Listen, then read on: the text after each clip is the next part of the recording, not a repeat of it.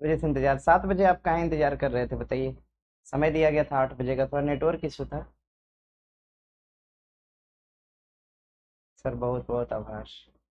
पढ़ेंगे ना आज ज्योग्राफी? ज्योग्राफी का एमसीक्यू कराएंगे आज। आप लोगों ने देखा होगा मैक्सिमम जो पढ़ाया गया आप लोग तो उसको करिए लिए होंगे, बनाइए लिए होंगे।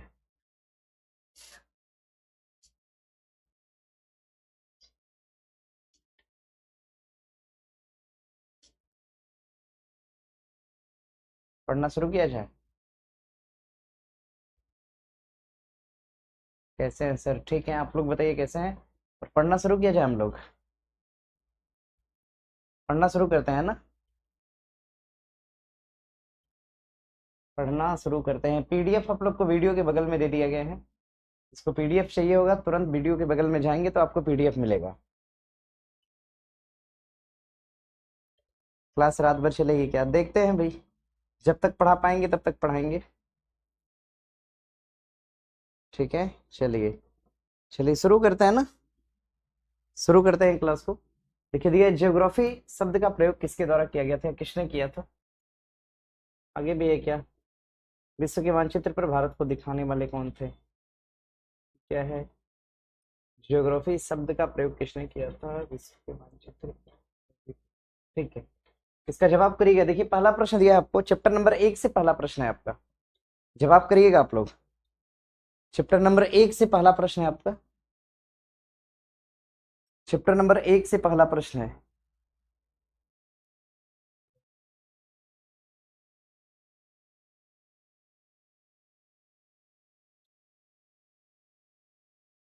चैप्टर नंबर 1 से पहला प्रश्न दिया है आपका। 200 क्वेश्चन का वो होगा, 200 क्वेश्चन, उसके लिए परेशान नहीं हो। आज आप ज्योग्राफी पढ़ रहे हैं, क्लास में ऐसा अनाउंसमेंट सर ने किया था। सर सी होगा, सी बिल्कुल सही है। चलिए, चलिए करना शुरू करते हैं इसको। ज्योग्राफी शब्द का सर्वप्रथम प्रयोग किसने किया था? इरेस्टोस्थनीज ने किया था। इसको देख लीजिएगा। इरेस्टोस्थनीज आपका सही उत्तर हो जाएगा। आप समझिए, थोड़ा सा जरा सा समझिएगा। देखिए इसमें दिया है हिकैटियस। हिकैटियस किसके जनक थे? हिकैटियस किसके जनक थे, इसका जवाब करिए सब लोग। हिकैटियस की बात करेंगे। हिकैटियस जो थे, ये किस शब्द के जनक थे? चारों ऑप्शन एलिमिनेट करना है हम लोग को, है ना? तो मेहनत से पढ़ना होगा और बताइए, जवाब करिए। अगर हम हिकैटियस की बात करते हैं, हिकैटियस, सी होगा उत्तर। सर बहुत बढ़िया, उत्तर सी है। बाकी हिकैटियस के बारे में बताइए। सर आवाज स्लो है, आवाज तो ठीक है होना चाहिए।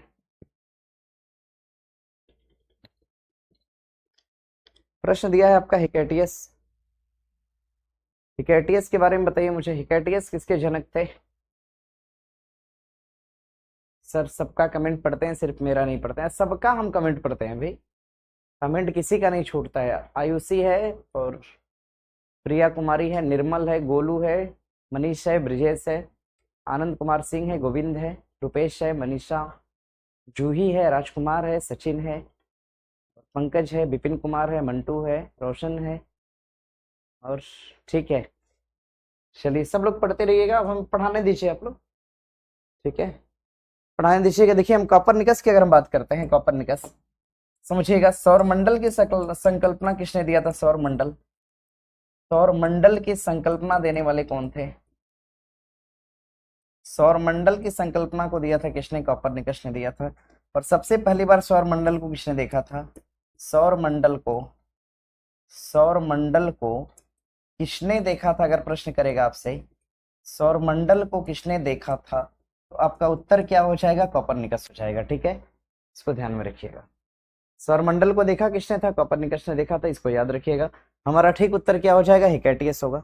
प्रश्न करेगा आपसे, प्रश्न करेगा आपसे, क्या प्रश्न करेगा भैया? जीव विज्ञान के जनक कौन है? चलिए बताइए सभी लोग। जीव विज्ञान के जनक पूछेगा। इतिहास के जनक कौन है? इतिहास, अगर हम इतिहास के जनक की बात करते हैं, इतिहास के जनक कौन है? अगर हम अर्थशास्त्र के जनक की बात करते हैं, अर्थशास्त्र के जनक कौन है? अर्थशास्त्र के जनक की बात करेंगे, अर्थशास्त्र के जनक कौन है? आगे जीव विज्ञान के जनक कौन है? इतिहास के जनक कौन है? और आगे अर्थशास्त्र के जनक कौन है? नेक्स्ट आगे बढ़िएगा। आगे पूछेगा आपसे, आगे पूछेगा आपसे नेक्स्ट, और क्या पूछ सकता है भैया? भौतिकी के जनक कौन हो जाएंगे? भौतिकी के जनक, भौतिकी के जनक कौन है? अगर यहां से प्रश्न बने तो अपना बना लीजिएगा। देखिए जीव विज्ञान के जनक कौन हो जाएंगे? तो अरस्तु हो जाएंगे। आगे पूछे गए इतिहास के जनक कौन है? तो ये हिकेटियस हो जाए, हेरोडोटस हो जाएंगे, हेरोडोटस हो जाएंगे, हेरोडोटस। और आगे दिया है आपका अर्थशास्त्र के जनक कौन हो जाएंगे? तो एडम स्मिथ साहब हो जाएंगे। और शास्त्र के जनक कौन है? तो कर लीजिएगा एडम स्मिथ। भौतिकी के जनक कौन हो जाएंगे? सर हिंदी और फिजिक्स आप ही पढ़ाइएगा। हाँ हिंदी और फिजिक्स हम ही पढ़ाएंगे, परेशान नहीं होइएगा। अरे अर्थशास्त्र लिखने वाले हमने नहीं पूछा है, चाणक्य बता रहा है सब। अर्थशास्त्र के जनक, ध्यान रखिएगा, अर्थशास्त्र वाला जो अर्थशास्त्र है, मतलब जो आप लोग विषय पढ़ते हैं उसके जनक कौन है? तो एडम स्मिथ। एक लड़का लिख रहा है कि सर चाणक्य क्या था? चाणक्य क्या था नहीं थे, चाणक्य जो थे इन्होंने एक पुस्तक लिखा था जिसका नाम था अर्थशास्त्र। ठीक है, हेरोडोटस। सर लिखे भी काहे नहीं लिखेंगे, लिखेंगे नहीं क्या? सर इकोनॉमिक्स का कौटिल्य देख रहे हैं सब क्या लिख रहे हैं। अरे इकोनॉमिक्स किताब की हम नहीं बात कर रहे हैं भैया, इकोनॉमिक्स सब्जेक्ट के जनक कौन है? ठीक है, अर्थशास्त्र के जनक हम पूछ रहे हैं, सब्जेक्ट के जनक कौन है? तो ध्यान रखिएगा एडम स्मिथ। हाँ अगर पूछेगा आपसे अर्थशास्त्र पुस्तक किसने लिखा है, अर्थशास्त्र, अगर प्रश्न करेगा आपसे अर्थशास्त्र ये किसने लिखा है, अर्थशास्त्र किसने लिखा है, किसने लिखा है, अगर हम ऐसा पढ़ते हैं इकोनॉमिक्स को किसने लिखा है, तो कौन हो जाएंगे? चाणक्य हो जाएंगे। अर्थशास्त्र नामक एक प्रकार की पुस्तक है, इस किताब को किसने लिखा है? तो चाणक्य नहीं। और ये खाली अर्थशास्त्र इसका नाम है, ठीक है, लेकिन किताब किसकी हो जाएगी? तो ये राजनीति की किताब हो जाएगी। इसको ध्यान में रखिएगा। इसका जवाब करिए सब लोग। तो सर ये बिहार पुलिस की क्लास है क्या? आप किस क्लास में आए हैं बताइए? इस क्लास में आप है, आपको पता होना चाहिए ना।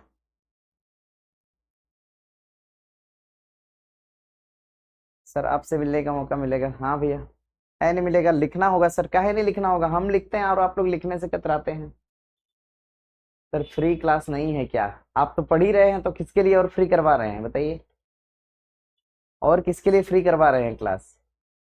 ये सब जिम्मेदारी लेके बैठता है, 8-10 का लेके बैठा होगा। सभी दोस्त को अपने रूम पे बुला लीजिए।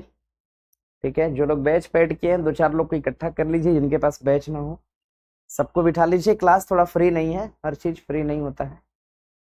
ठीक है, चलिए बना लीजिएगा। भौतिकी के जनक कौन हो जाएंगे? तो न्यूटन हो जाएंगे। भौतिकी के जनक कौन है? न्यूटन है। वनस्पति विज्ञान के जनक कौन हो जाएंगे बताइएगा? प्रश्न करेगा आपसे वनस्पति विज्ञान के जनक कौन है? अगर हम वनस्पति विज्ञान की बात करते हैं तो थियोफ्रिस्टस हो जाएंगे। वनस्पति विज्ञान के जनक कौन है? थियोफ्रिस्टस आपके वनस्पति विज्ञान के जनक हो जाएंगे, इसको ध्यान में रखिएगा। ठीक है, थियोफ्रिस्टस आपके वनस्पति विज्ञान के जनक हो जाएंगे। आगे बढ़ेंगे। आगे आगे देखिए, प्रश्न दिया आपका विश्व के मानचित्र पर सर्वप्रथम भारत को दर्शाने वाला कौन था? तो अगर प्रश्न करेगा आपसे विश्व का मानचित्र खींचने वाला कौन था? तो टालमी था। ठीक है, अगर प्रश्न करेगा आपसे विश्व का चक्कर लगाने वाला कौन था? विश्व का चक्कर, विश्व का चक्कर लगाने वाला पूछेगा आपसे, विश्व का चक्कर लगाने वाला कौन हो जाएगा? तो विश्व का चक्कर लगाने वाला व्यक्ति कौन हो जाएगा? तो मैगलन होगा। विश्व का चक्कर लगाने वाला कौन हो जाएगा? तो मैगलन होगा, इसको ध्यान में रखिएगा। प्रश्न करेगा आपसे टालमी से, टालमी ने क्या दिया था? टालमी, अगर हम टालमी की बात करते हैं, टालमी ने एक कंसेप्ट दिया था जिसको हम बोलते हैं जियोसेंट्रिक। जियोसेंट्रिक अवधारणा जो है, अवधारणा, जियोसेंट्रिक अवधारणा को देने वाले कौन हो जाएंगे? तो टालमी हो जाएंगे। और भैया जियोसेंट्रिक अवधारणा का मतलब इन्होंने कहा था कि पृथ्वी ब्रह्मांड के केंद्र में है। इन्होंने कहा था कि पृथ्वी ब्रह्मांड के केंद्र में है और सभी ग्रह क्या करते हैं? इसकी परिक्रमा करते हैं। पृथ्वी ब्रह्मांड के केंद्र में और सभी ग्रह और तारे या नक्षत्र जो भी है इसकी क्या करेंगे? तो परिक्रमा करेंगे। इवन सूर्य भी इसकी परिक्रमा करेगा। ठीक है सर, हम लोग ऑफलाइन वाले क्या करें? ऑफलाइन एक चीज समझिएगा, देखिए बैच जो है ना पूरी तरह से ओपन नहीं है। ठीक है, बैच डेमो में जाके आप लोग देखेंगे तो सबको दिखेगा। जो लोग बैच देखना, जो इस क्लास को देखना चाहते हैं, एक बार बिहार पुलिस बैच वाले में चले जाइएगा, डेमो सेक्शन में जाएंगे तो क्लास आपको चलता हुआ दिखेगा। एकदम से ओपन नहीं है क्लास, बस समझ रहे हैं ना इस बात को। देख रहे हैं ऑनलाइन वाला ऑफलाइन वाला जो है डाउट कर रहा है, मुझे लगा था। मैसेज टेलीग्राम पे मिला होगा ना, आप लोग आइए ना टेलीग्राम पे। वही ना, टेलीग्राम पे मैसेज दिया गया ऑफलाइन वाला, सब चिंता। वो भी आप लोग ऑफलाइन वाले आ गए हैं तो काहे पूछ रहे हैं ये बताइए? अगर आप आ गए हैं तो ऑफलाइन वाले क्या करें, ये सब पूछने की जरूरत ही नहीं है आपको। हाँ, जैसे आप आए हैं उसी तरह से सबको बताइए आप। ठीक है। हाँ, ये भी दिक्कत है। अब सब पूछ रहा है सर आप बोले थे फ्री है, हम कब बोले थे? अरे इस ज्योग्राफी वाले क्लास के बारे में मैंने कुछ बोला ही नहीं है, सर बोले हैं। चलिए बना लीजिएगा। सर पूरी रात पढ़ाइए, देखते हैं भाई, देखते हैं, इसको बना लीजिएगा। ये बात कॉपरनिकस की बात करेंगे। सौर मंडल की खोज किसने करा था? सौर मंडल की खोज करने वाले कौन थे? कॉपरनिकस थे। देखिए, टालमी ने जियोसेंट्रिक अवधारणा दिया था, कहा था पृथ्वी बीच में है, लेकिन जब कॉपरनिकस आए तो इन्होंने क्या दिया? हेलियोसेंट्रिक अवधारणा दिया, हेलियोसेंट्रिक। इन्होंने हेलियोसेंट्रिक अवधारणा को दिया, हेलियोसेंट्रिक अवधारणा। और इन्होंने कहा कि ब्रह्मांड के केंद्र में क्या है? तो सूर्य है, और सभी 8 ग्रह सूर्य की क्या कर रहे हैं? तो परिक्रमा कर रहे हैं। ब्रह्मांड के केंद्र में कौन है? सूर्य। और सभी 8 ग्रह, 1 2 3 4 5 6 7 और 8, सभी 8 ग्रह सूर्य की क्या कर रहे हैं? तो परिक्रमा कर रहे हैं। इन्होंने हेलियोसेंट्रिक अवधारणा दिया था, यानी हम इसको बोल सकते हैं सूर्य केंद्रित। सूर्य केंद्रित अवधारणा देने वाले कौन हो जाएंगे? तो ये हो जाएंगे आपके कॉपरनिकस। और प्रश्न करेगा आपसे, हेलियो जियोसेंट्रिक का मतलब होता है पृथ्वी केंद्रित अवधारणा। पृथ्वी केंद्रित अवधारणा की अगर हम बात करते हैं, ये किसने दिया था? तो ये देने वाले कौन हो जाएंगे? तो टालमी। ऑनलाइन वाले खाली सुनिए, ठीक है, मेरे पढ़ा लेने के बाद अपना अगर लिखने का मन होगा एक बार फिर से देखिएगा और लिखना शुरू करिएगा। आगे देखिए, प्रश्न दिया आपका, पृथ्वी पर स्थित सबसे छोटा महासागर कौन सा है? सबसे छोटा की बात करते हैं, कौन सा हो जाएगा? तो आर्कटिक महासागर हो जाएगा। सबसे बड़ा की अगर हम बात करेंगे, सबसे पहला और बड़ा कौन सा होगा? प्रशांत महासागर। प्रशांत महासागर सबसे पहला और क्या हो जाएगा? बड़ा हो जाएगा। अगर हम दूसरे महासागर की बात करते हैं तो अटलांटिक महासागर हो जाएगा। अटलांटिक महासागर, अटलांटिक महासागर ये दूसरा बड़ा महासागर हो जाएगा। अगर हम तीसरे महासागर की बात करते हैं तो हिंद महासागर होगा। तीसरा महासागर कौन सा हो जाएगा? तो हिंद महासागर होगा। और चौथे अगर महासागर की बात करते हैं तो कौन सा हो जाएगा? ये हो जाएगा अंटार्कटिक महासागर। अंटार्कटिक महासागर होगा, अंटार्कटिक महासागर। अगर हम 5वें नंबर की बात करते हैं, पांचवा, तो 5वें नंबर पे क्या हो जाएगा? आर्कटिक महासागर होगा। 5वें नंबर पे हो जाएगा आपका आर्कटिक महासागर। ठीक है, अब देखिए प्रश्न क्या है आपसे, सबसे छोटा कौन सा है? सबसे छोटा बड़ा अपना लगा लीजिएगा, ठीक है। देखिए सबसे छोटा अगर पूछेगा, छोटा जो सबसे नीचे है सबसे छोटा। सबसे बड़ा की अगर बात करा तो कौन सा हो जाएगा? प्रशांत हो जाएगा सबसे बड़ा, इसको देख लीजिएगा। हाँ, प्रश्न करता है तीसरा बड़ा महासागर कौन सा? आपकी परीक्षा में पूछा गया है, तो थर्ड बड़ा कौन सा हो जाएगा? तो हिंद महासागर होगा। देखिए मैंने दे भी दिया है, तीसरा बड़ा महासागर कौन सा हो जाएगा? तो ध्यान रखिएगा तीसरा। माधुरी सिंह बोल रही है कि सर कभी मेरा मैसेज नहीं देखते और रो रहे हैं। ऐसा नहीं है, आपका मैसेज मैंने देख लिया है, ठीक है, पढ़ाई करिए अच्छे से। इसको लिख लीजिएगा, प्रशांत, अटलांटिक, हिंद, अंटार्कटिक और आर्कटिक। सबसे छोटा पूछेगा तो आर्कटिक, सबसे बड़ा पूछेगा तो क्या हो जाएगा? प्रशांत, और सेकेंड बड़ा की बात करेगा तो कौन हो जाएगा? अटलांटिक हो जाएगा। थोड़ी थोड़ी बातें जानिए इसमें, थोड़ा थोड़ा बात जानिए इसमें। बात क्या जानने लायक है समझिएगा। देखिए जो अटलांटिक महासागर है, अटलांटिक, अटलांटिक से क्या जानना है? एक तो ये तीसरा, एक तो ये सेकेंड बड़ा महासागर है, सेकेंड नंबर का सेकेंड बड़ा महासागर है, ध्यान रखिएगा। प्रश्न करता है आपका सारगैसो सागर, सारगैसो सागर किस महासागर में है? तो इसी में है। प्रश्न करेगा आपसे फंडी की खाड़ी, फंडी की जो खाड़ी है, खाड़ी ये किस में है? तो इसी में है। नेक्स्ट है आपका बरमुडा जो त्रिकोण है, बरमुडा त्रिकोण, बरमुडा त्रिकोण की अगर हम बात करते हैं, बरमुडा त्रिकोण कहाँ पे है? तो यहीं पे है। आगे अगर हम बात करते हैं सारगैसो सागर, फंडी की खाड़ी, और नेक्स्ट हो जाएगा आपका बरमुडा त्रिकोण, ठीक है। अब इसमें एक बात और नोट कर लीजिएगा, कैरिबियन सागर, कैरिबियन, कैरिबियन सागर, कैरिबियन सागर। इसी में एक बात और ध्यान रखिएगा, लेब्रोडोर सागर, लेब्रोडोर सागर। ये सारा कुछ कहाँ पर है? तो ये सारा कुछ आपका हो जाएगा अटलांटिक महासागर। प्रश्न करेगा आपसे प्रशांत से, तो ध्यान रखिएगा। प्रश्न करेगा आपसे ring of fire, ring of fire कहाँ पर है? रिंग ऑफ फायर ये प्रशांत में हो जाएगा। प्रश्न करेगा आपसे हवाई द्वीप कहाँ पर है? हवाई द्वीप भी कहाँ पर हो जाएगा? प्रशांत महासागर के अंदर हो जाएगा। तीसरा पूछेगा आपसे प्रशांत महासागर में रिंग ऑफ फायर, एक तो हो जाएगा हवाई द्वीप। तीसरे नंबर की अगर बात करेगा, एक तो रिंग ऑफ फायर, दूसरा हो जाएगा हवाई द्वीप। अगर हम तीसरे नंबर की बात करते हैं, तीसरे नंबर पे, तो ध्यान रखिएगा एक ज्वालामुखी है, ज्वालामुखी, एक ज्वालामुखी है, ज्वालामुखी, एक ज्वालामुखी है, ज्वालामुखी। ज्वालामुखी का नाम क्या हो जाएगा? तो ध्यान रखिएगा ज्वालामुखी है एक, इसका नाम हो जाएगा आपका माउंट किलायू, माउंट किलायू नामक ज्वालामुखी कहाँ पर है? तो ध्यान रखिएगा ये भी हो जाएगा आपका प्रशांत महासागर के अंदर। तीसरा बड़ा महासागर कौन सा हो जाएगा, इसको लगा लीजिएगा इंपॉर्टेंट। तीसरा बड़ा महासागर कौन सा है, तो हिंद महासागर। चौथे और पांचवें नंबर का कौन सा हो जाएगा, तो अंटार्कटिक और आर्कटिक होगा। चलिए बढ़ेंगे आगे। सर मेरा क्वेश्चन नहीं बताया, ऐसा मोनू बोल रहे हैं, क्वेश्चन भेजिए भैया। ठीक है सर, हम लोग पीडीएफ निकलवा लिख भी है क्या सर, कैसे सर लिखे भी? आपका मन, अगर लिख पढ़ते हैं तो लिखिए, अगर नहीं लिख सकते हैं तो एक बार पढ़ लीजिए, देख लीजिए अच्छे से। आगे चल के जब हम वीडियो बंद कर देंगे तो आप लोग लिखना प्रारंभ करिएगा फिर से एक बार देखकर, ठीक है। चलिए, वीडियो पर लॉक नहीं लगेगा सर, हम लोग लिख नहीं रहे हैं, पीडीएफ मिलेगा ना बाद में। कैसा पीडीएफ चाहिए, ऐसा लिखा हुआ तो नहीं मिल पाएगा, लिखा हुआ नहीं मिल पाएगा। एक काम करिएगा, एक बार वीडियो देख लीजिए, हम थोड़ा तेज ही पढ़ाएंगे, ठीक है सर। मैप के साथ ही पढ़ाएंगे। मैप महासागर का क्या मैप हो सकता है बताइए? यस आकार लिख दीजिए सर। अच्छा लिख देते हैं, ये महासागर जो है यस आकार का है। सब जो जो पढ़ा है वो हमसे लिखवाएगा, छूटना नहीं चाहिए, ठीक है।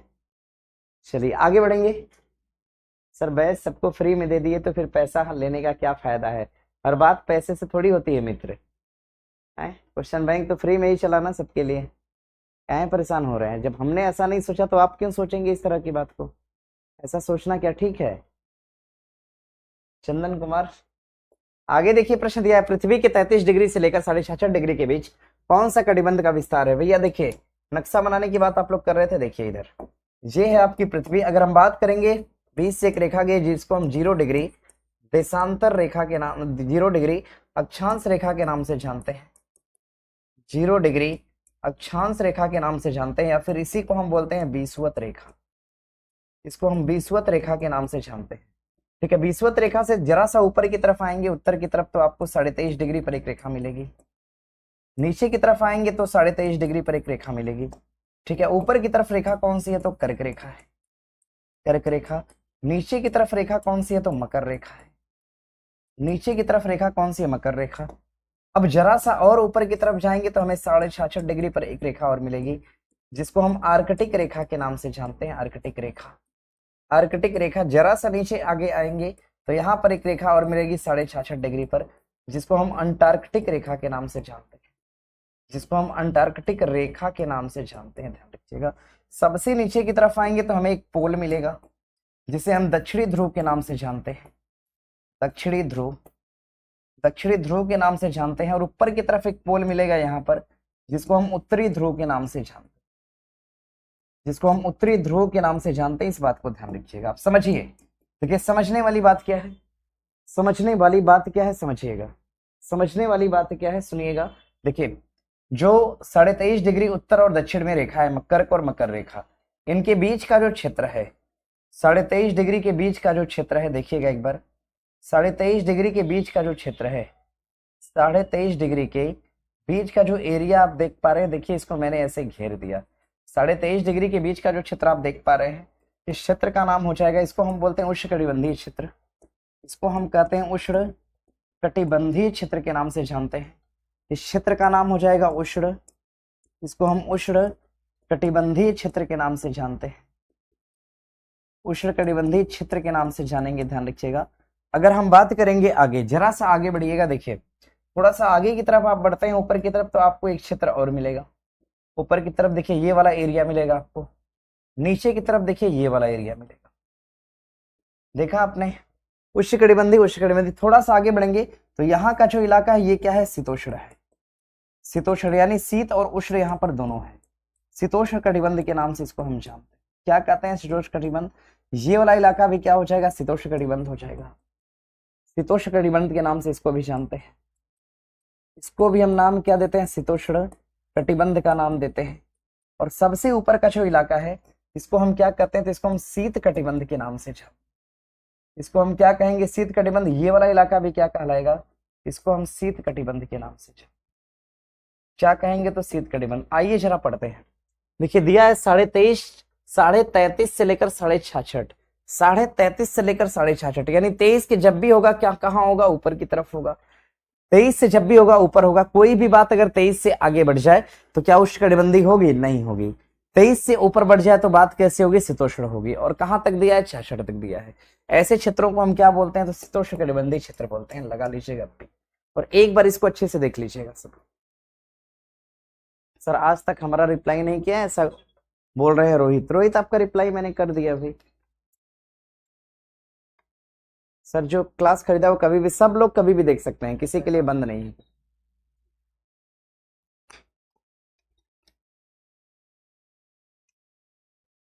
क्लास रहेगा 2-4 दिन अभी, उसके बाद बंद होगा। देख लीजिएगा, नोट वोट बना लीजिएगा अपना, कुछ भी बंद नहीं है, सब चल रहा है। ठीक है, इसको देख लीजिएगा। सुहानी कुछ बोल रही है, सुहानी नाम ले लिए तुम्हारा। ठीक है, अब पढ़ाई पे ध्यान दो। देखिए कर्क रेखा और मकर रेखा के बीच का क्षेत्र क्या होता है? उष्णकटिबंधीय। आगे बढ़िएगा, कर्क से ऊपर और मकर से नीचे बढ़िएगा, एक क्षेत्र शीतोष्ण है, ऊपर भी शीतोष्ण है। नेक्स्ट शीतकटिबंध, और यहाँ से भी क्या हो जाएगा? तो शीतकटिबंध हो जाएगा। इसको बना लीजिएगा। आगे देखिए प्रश्न दिया है, आगे आगे देखिए, आगे प्रश्न दिया है आपका। सर स्क्रीनशॉट लेने की व्यवस्था दे दीजिए। नहीं भैया, स्क्रीनशॉट भी नहीं ले सकते आप। आगे प्रश्न दिया है कि पृथ्वी के केंद्र से विषुवत रेखा को आधार मानकर मापी गई दूरी को क्या कहते हैं? इसे मिलाने वाली रेखा का नाम क्या हो जाएगा? समझिएगा, देखिए देखिए, पृथ्वी को केंद्र मानकर, पृथ्वी को हमने यहां से क्या मान लिया? केंद्र मान लिया, और यहां से हमने कुछ दूरी को माप लिया। पृथ्वी को हमने केंद्र माना और यहां से हमने एक दूरी माप लिया, ऐसे माप। ठीक है, यहां से एक दूरी हमने ऐसे माप लिया, फिर हमने यहां से चाप लगाकर कुछ दूरी इस तरह से माप लिया। ठीक है, इसको हमने यहां से मिला दिया, फिर चाप लगा के हमने धीरे धीरे धीरे धीरे कुछ ना कुछ दूरी को क्या किया? ऐसे माप लिया। अब माप लेने के बाद इसको मिला दिया हमने ऐसे, जैसे देखिए यहाँ पर माप आया, हमने यहाँ से मिला दिया, यहाँ पर माप आया, यहाँ से मिला दिया, यहाँ माप आया, यहाँ मिला दिया, यहाँ वाला माप यहाँ मिला दिया, यहाँ वाला माप यहाँ मिला दिया। इस तरह से करके हमने मिला दिया। देखिए दिया, पृथ्वी के केंद्र से विषुवत रेखा को आधार मानकर, पृथ्वी के केंद्र से विषुवत रेखा को आधार मानकर हमने क्या किया? क्या किया कि आधार मानकर मापी गई दूरी को आधार माना हमने, और इससे दूरी हमने मापा, इसको मिलाने वाली रेखा क्या कहलाई? देखिए एक रेखा को हमने मिला दिया, और आपको पता है कि हमारी पृथ्वी पर ऐसी रेखाएं जो पट खींची गई हैं, इसको हम नाम क्या देते हैं? तो इसको हम अक्षांश रेखा का नाम देते हैं। इस रेखा को हम क्या बोलते हैं? अक्षांश रेखा कहते हैं।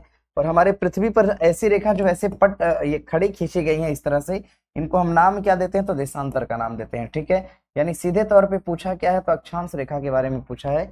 ठीक है, इसको हम क्या बोलेंगे? तो मिलाने वाली रेखा को हम क्या बोलते हैं?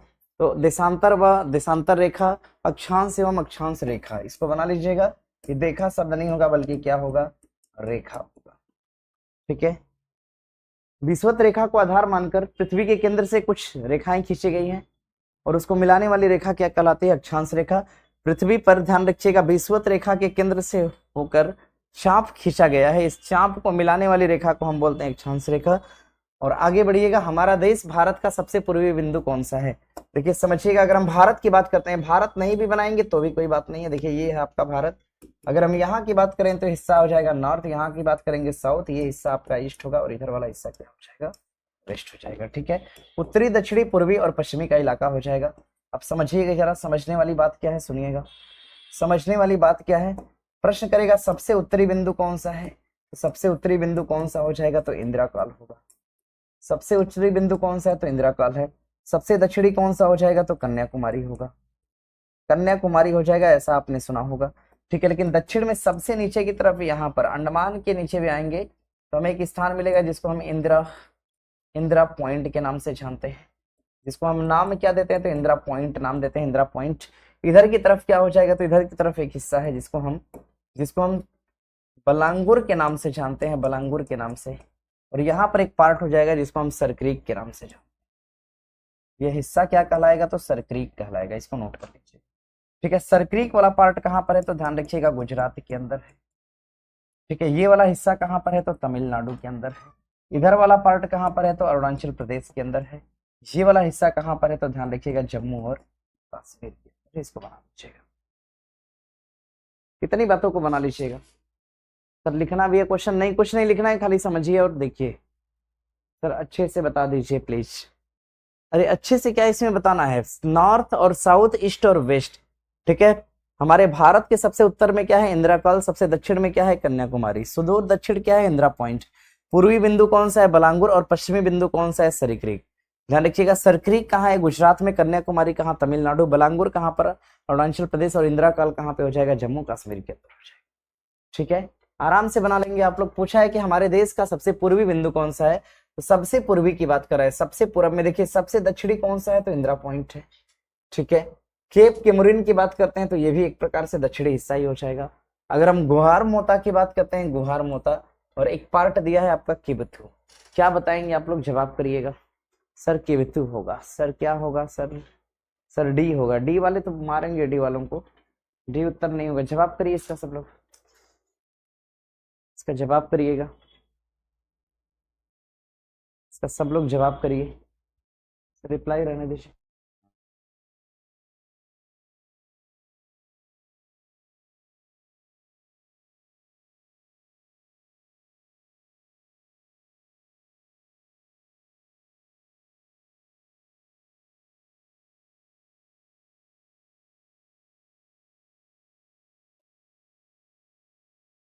तो बना लीजिएगा, सब लोग बी बता रहा है, इसका उत्तर लगा लीजिएगा, बी होगा। आंसर लगा लीजिएगा बी, इसका उत्तर हो जाएगा बी।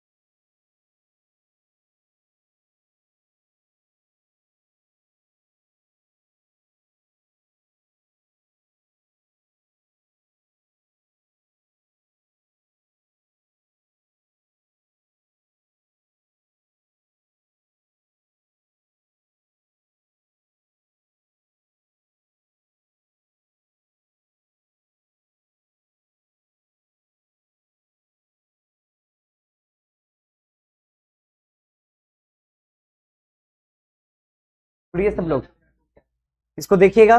कर्क रेखा के निम्नलिखित में से किन राज्यों से नहीं गुजरती? अगर हम कर्क रेखा की बात करते हैं, कर्क रेखा, अगर हम कर्क रेखा की बात करते हैं, कर्क रेखा, कर्क रेखा की बात करते हैं, भारत के कितने राज्य से गुजरती है? तो 8 स्टेट से होकर गुजरती है।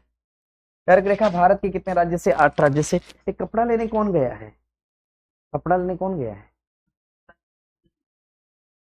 एक बार पूछिए ना निरंजन से। अरे नहीं लाएगा तो हम क्या पहनेंगे? हम ई पहन के आएंगे कल पढ़ाने। स्टेट पूछेगा तो 8 हो जाएंगे, 8। सुनिएगा, इस पे 8 स्टेट हो जाएंगे। एक स्टेट आपका हो जाएगा गुजरात, गुजरात राज्य हो जाएगा। गुजरात के बगल में कौन सा हो जाएगा? तो राजस्थान हो जाएगा, राजस्थान होगा। राजस्थान के बगल में कौन सा है? तो एमपी है। एमपी के बगल में कौन सा हो जाएगा? छत्तीसगढ़ होगा, छत्तीसगढ़ हो जाएगा। छत्तीसगढ़ के बगल में कौन सा हो जाएगा? तो भैया वेस्ट बंगाल होगा। वेस्ट बंगाल के बगल में कौन सा हो जाएगा? तो त्रिपुरा होगा, त्रिपुरा। और त्रिपुरा के बगल में कौन सा हो जाएगा? तो मणिपुर होगा। इसको ध्यान में रखिएगा। ये इतने ऐसे स्टेट है जो कि कर्क रेखा पर अवस्थित है। देखिए इसमें से 1 2 3 4 5 6 7, क्या छूट गया जी इसमें? 1 2 3 4 5 6 7, 7 क्या छूट गया? अरे मणिपुर नहीं होगा, इसमें लगा लिख लीजिएगा मिजोरम होगा। ये हो जाएगा आपका मिजोरम। छूटा क्या है इसमें? इसमें क्या छूटा है? गुजरात के बाद राजस्थान है, उसके बाद एमपी है, झारखंड छूट गया। छत्तीसगढ़ के तुरंत बाद हो जाएगा आपका झारखंड। छत्तीसगढ़ के बाद क्या हो जाएगा? झारखंड। इसको बना लीजिएगा। ओवरऑल कितने स्टेट हैं? तो 8 स्टेट है। अब इस पे एक बात ध्यान रखिएगा, देखिए अगर हम प्रश्न करते हैं कर्क रेखा पर, कर्क रेखा पर, कर्क रेखा पर अवस्थित राजधानी, कर्क रेखा पर अवस्थित, कर्क रेखा पर अवस्थित राजधानी की अगर हम बात करते हैं, राजधानी, तो कर्क रेखा पर ठीक अवस्थित राजधानी कौन सी हो जाएगी? तो राजधानी का नाम क्या हो जाएगा? तो रांची हो जाएगी। ठीक, कर्क रेखा पर अवस्थित राजधानी का नाम क्या हो जाएगा? रांची। हाँ, प्रश्न करेगा कर्क रेखा के, कर्क रेखा के, कर्क रेखा के पास अवस्थित शहर अगर पूछेगा आपसे, कर्क रेखा के पास अवस्थित शहर का नाम क्या हो जाएगा? तो शहर हो जाएगा आपका गांधीनगर। शहर का नाम क्या होगा? गांधीनगर हो जाएगा, पास में है। और अवस्थित राजधानी पूछेगा तो कौन सी हो जाएगी? रांची हो जाएगी। एक बार आप लोग देख लीजिए पूरा वीडियो, हम पढ़ा रहे हैं, थोड़ा सा तेज ही पढ़ाएंगे।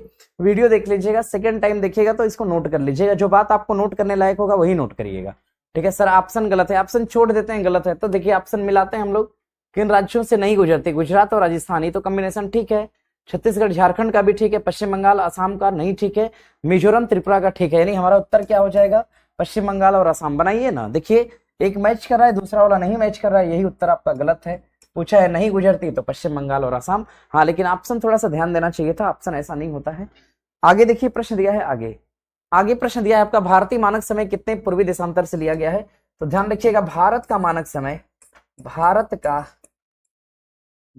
का मानक समय, भारत के अगर हम मानक समय की बात करते हैं, भारत का मानक समय 82.5 डिग्री पूर्वी देशांतर से लिया गया है। 82.5 डिग्री पूर्वी देशांतर से भारत के मानक समय को लिया गया है। भारत का मानक समय 82.5 डिग्री पूर्वी देशांतर। और भारत का मानक समय कहाँ से गुजरता है? भारत का मानक समय गुजरता है कहाँ से? नैनी इलाहाबाद से गुजरता है। नैनी इलाहाबाद से भारत का मानक समय गुजरता है, इसको बना लीजिएगा।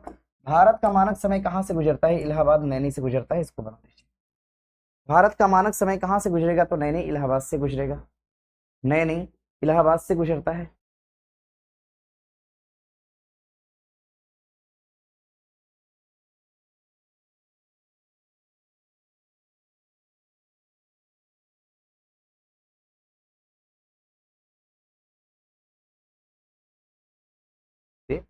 इसको बना लीजिएगा, इसको बना लीजिए। देखिए यहां से एक प्रश्न और पूछेगा आपसे, प्रश्न करेगा मानक समय रेखा पर, मानक समय रेखा पर, मानक समय रेखा पर अवस्थित, मानक समय रेखा पर पूछेगा अवस्थित, अवस्थित राज्य कितने हो जाएंगे भारत के? तो अवस्थित स्टेट की संख्या कितनी है? 5 है। ये स्टेट कौन से हो जाएंगे? तो बना लीजिएगा भैया यूपी, अगला है एमपी, तीसरा है आपका एपी, चौथा है आपका उड़ीसा, और पांचवा आपका कौन सा हो जाएगा? तो छत्तीसगढ़ होगा। यूपी, एमपी, एपी, उड़ीसा और छत्तीसगढ़, 1 2 3 और ये 4 और ये हो जाएगा आपका 5।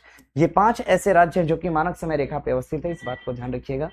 Sir very very important question कब करवाइएगा? उसको करवाएंगे हम, उसके लिए सर बताएंगे आप लोग को। सर ने बोला था कि हम और सर मिलकर प्लान करने वाले हैं कुछ आप लोग के लिए, तो हो सकता है उस प्लान के अंतर्गत उस क्वेश्चन को रखा जाए, है ना। प्लान ऐसा किया जा रहा है कि उस एक दिन की जो क्लास चले, हम लोग सोच रहे हैं एक दिन एक ऐसा मैराथन हो जिसमें सर भी रहेंगे, रोशन सर भी रहेंगे और हम भी रहेंगे, ठीक है। उसमें हम दोनों लोग मैराथन कराएंगे, कुछ सेक्शन सर करवाएंगे, कुछ सेक्शन हम करवाएंगे, ठीक है। तो हम लोग का मानना है कि अगर एक दिन उस क्लास को अच्छे से पढ़ा दिया जाएगा तो आप लोग का मैक्सिमम प्रश्न, जिसका जैसे कुछ लड़के आज मिले थे स्टूडेंट सब, तो बोल रहे थे कि सर मेरा स्कोर नहीं बढ़ रहा है, मतलब जितना है उतना ही है, ठीक है। तो प्रयास किया जाएगा कि जिसका स्कोर जहां पे है उससे 10 से 15 नंबर इंक्रीज हो जाए, कम से कम 15 नंबर, कम से कम डाटा 15 नंबर का लिया जाए। क्या चीज? वहां छत्तीसगढ़ लिखा है, तो कम से कम 15 नंबर इंक्रीज हो जाए, ऐसा हम लोग का प्लान है, प्रयास है, ठीक है। तो इसके लिए सर आप लोग को इन्फॉर्म करेंगे, उसमें हम भी रहेंगे, रोशन सर भी रहेंगे। 200 प्रश्न तो मेरा रहेगा पर्सनल, सर का भी कुछ रहेगा, ठीक है ना, ध्यान रखिएगा। अब हम सोच रहे हैं हिंदी वाला तब उसी दिन इंक्लूड कर दिया जाए। अभी आप लोग के लिए एक बहुत बेहतर विषय वस्तु आने वाली है, लगभग मान के चलिए कि एक 12 घंटे की और मैराथन क्लास हम लोग का विचार बन रहा है कि लगाया जाए, और उसमें सब लोग सर भी उतरेंगे और हम भी उतरेंगे, और वो क्लास दिन में होगी और ऑफलाइन सेशन में होगी। ट्राई करते हैं हम लोग एक बार और पढ़ा के, ठीक है। सर ने कहा था कि सिलेबस को 3 टाइम खत्म करना है सर, 3 बार कम से कम। एक बार तो क्वेश्चन बैंक से हो गया, एक बार आप लोग करिएगा, हम लोग कराएंगे, फिर एक बार आप लोग को एकदम प्रॉपर रिवीजन क्लास की तरह एक बार करा देंगे। लगभग 10 से 12 घंटे का सेशन होगा और ऑफलाइन सेशन लगेगा, ऑनलाइन वालों को फ्री रहेगा वो, ठीक है, उसको कोई भी पढ़ सकता है। ऐसा हम लोग का प्लान बन रहा है, पूरा प्लान अब मुझसे मत सुन लीजिए आप लोग, कुछ बातें छुपी छुपाई होनी चाहिए, ठीक है ना, घबराना नहीं है, ठीक है। जिसका भी स्कोर बंद नहीं हो रहा है, इस इंक्रीज सॉरी आगे नहीं बढ़ रहा है, इंक्रीज नहीं हो रहा है, वो परेशान नहीं होगा, ठीक है। इंतजार करिए उस दिन का जिस दिन स्कोर इंक्रीज वाली क्लास होगी, जो जहां पे आप लोग अपने हिस्से की मेहनत अभी तो करिए ना। हम लोग मेहनत किए, थोड़ा सा ब्रेक लिए हैं, तो आप लोग मेहनत करिए दबा के, फिर आप लोग मेहनत करके थक जाइएगा तो फिर हम लोग मेहनत करना शुरू करेंगे, बात यही है ना, ठीक है। एकदम नहीं परेशान होना है, क्वेश्चन होगा, एक बेहतर प्लान किया जा रहा है आप लोग के लिए। और क्लास हम लोग विचार बनाए हैं कि क्लास शुरू करेंगे और 8 बजे से लेकर शाम 8 बजे तक क्लास चलेगी, सुबह 8 से शाम 8 तक, कम से कम 12 घंटे क्लास। और उस 12 घंटे क्लास में हर चीज आपसे आप लोग को हम रूबरू कराएंगे, हर चीज से। सर भी क्लास में लेंगे, हम भी क्लास में रहेंगे, कुछ टाइम सर की क्लास होगी, कुछ टाइम मेरी क्लास होगी, यानी दोनों लोग का बराबर का योगदान होगा उसमें। ऐसा प्लान हो रहा है, आप लोग परेशान नहीं होइएगा। सर समझ में नहीं आ रहा है कि लिखे कि नहीं? लिखिए मत, अभी हमने बोला है कि लिखना नहीं है। क्लास को जब हम बंद कर देंगे तो एक बार दोबारा से आप लोग वीडियो चला लीजिएगा, ठीक है। धीरज कुमार दोबारा से वीडियो चला लीजिएगा, ठीक है। उसके बाद जो आप लोग को लगेगा कि नहीं ये बात मुझे लिखना चाहिए तो उसी को लिखिएगा, अन्यथा बाकी बात आप छोड़ सकते हैं, ठीक है, बहुत जरूरी नहीं लिखना। आगे देखिए प्रश्न दिया है आपका, भारत के मुख्य भूमि से समुद्री सीमा की लंबाई कितनी है? समझिएगा, देखिए समुद्री सीमा की लंबाई पूछा है, भारत की जो समुद्री सीमा है, भारत की समुद्री सीमा, अगर हम भारत की समुद्री सीमा की बात करते हैं, समुद्री सीमा ये कितना हो जाएगा, तो 6100 किलोमीटर है, 6100 किलोमीटर। और भारत की जो स्थलीय सीमा है, भारत की स्थलीय सीमा की अगर हम बात करते हैं, भारत की स्थलीय सीमा कितनी है, तो कर लीजिएगा 15,200 किलोमीटर, 15,200 किलोमीटर, 15,200 किलोमीटर, 15,200 किलोमीटर, ध्यान रखिएगा। और प्रश्न करेगा आपसे द्वीपों सहित स्थलीय सीमा कितनी है, भारत की द्वीपों सहित, भारत की द्वीपों सहित स्थलीय सीमा कितनी हो जाएगी, स्थलीय सीमा। तो भारत की द्वीपों सहित स्थलीय सीमा कितनी हो जाएगी, तो 7516 किलोमीटर के आसपास हो जाएगी। द्वीपों सहित स्थलीय सीमा कितनी है, 7516 किलोमीटर, इसको बना लीजिएगा।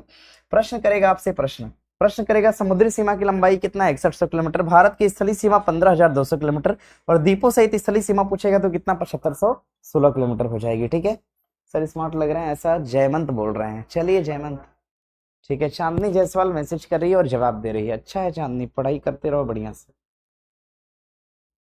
ठीक है। सर नंबर कम आने का वजह है मैथ एंड इंग्लिश से, परेशान मत होइए रोशन आर्य, ठीक है। जहां से आपका नंबर कम हो गया यार उस पर मेहनत किया जाएगा, ठीक है। जिस हिस्से पे आपका मेहनत कम होगा, सर हम लिख रहे हैं, अच्छी बात है लिखना, अगर सरवाइव कर पा रहे हैं तो लिखिएगा, नहीं सरवाइव कर पा रहे तो कोई बात नहीं, बाद में लिखिएगा, ठीक है। हमारा उत्तर क्या हो जाएगा, समुद्री सीमा की लंबाई कितनी हो जाएगी, 6100 किलोमीटर हो जाएगी, लगा लीजिएगा। आगे बढ़ेंगे, आगे देखिए कितना आगे दिया है आपका प्रश्न कि भारत के प्रादेशिक जल सीमा की लंबाई आधार रेखा से कितना दूर है। समझिएगा, देखिए ये आपकी जल सीमा है, हमने बताया था आपसे, इधर की तरफ वाला हिस्सा क्या है, अरब सागर का पार्ट है, ये हिस्सा आपका अरब सागर का हो जाएगा, और इधर वाला हिस्सा हो जाएगा आपका बंगाल की खाड़ी। ये पार्ट कौन से, तो बंगाल की खाड़ी, एक हिस्सा आपका अरब सागर है और दूसरा हिस्सा क्या है, बंगाल की खाड़ी। अगर हम बात करते हैं, देखिए ये आपका आधार हो जाएगा, आधार से हम आते हैं कितना, तो आधार से हम आते हैं 12 मील की दूरी पर, आधार से चलकर हम 12 मील की दूरी पर आते हैं, 12 मील की दूरी पर। आगे फिर आधार से चलकर हम कितना आते हैं, तो 24 मील की दूरी पर आते हैं, हमने इसको क्लास में कराया है। आधार से चलकर हम कितना आते हैं, तो ध्यान रखिएगा 200 मील की दूरी पर आते हैं। क्या मैंने इसको क्लास में कराया ना, सभी लोग जवाब दीजिएगा। आधार से 12, आधार से 24 और आधार रेखा से 200 मिलाते हैं। ध्यान रखिएगा, आधार रेखा से जो हम 12 मील की दूरी चलकर आते हैं, आधार रेखा से, याद रखिएगा आधार रेखा से 12 मील की जो दूरी होती है, 12 मील की दूरी, आधार से 12 मील की दूरी को हम कहते हैं प्रादेशिक सीमा। क्या बोलते हैं इसको, हम प्रादेशिक सीमा के नाम से जानते हैं, प्रादेशिक सीमा। आगे आधार रेखा से 24 मील की दूरी को हम कहते हैं, इसको हम बोलेंगे संलग्न सीमा, संलग्न सीमा के नाम से जानते हैं। और आधार रेखा से 200 मील की दूरी को हम क्या बोलते हैं, इसको हम अनन्यार्थिक क्षेत्र के नाम से जानते हैं, अनन्यार्थिक, इसको हम अनन्यार्थिक सीमा के नाम से जानते हैं। इसका हम नाम क्या देते हैं, तो अनन्यार्थिक सीमा के नाम से इसको हम जानते हैं, इसको बना लीजिएगा। इसको मैंने क्लास में कराया हुआ है, एक बार देख लीजिएगा, आप लोग बना भी लीजिएगा, मैंने क्लास में कराया भी है, ठीक है।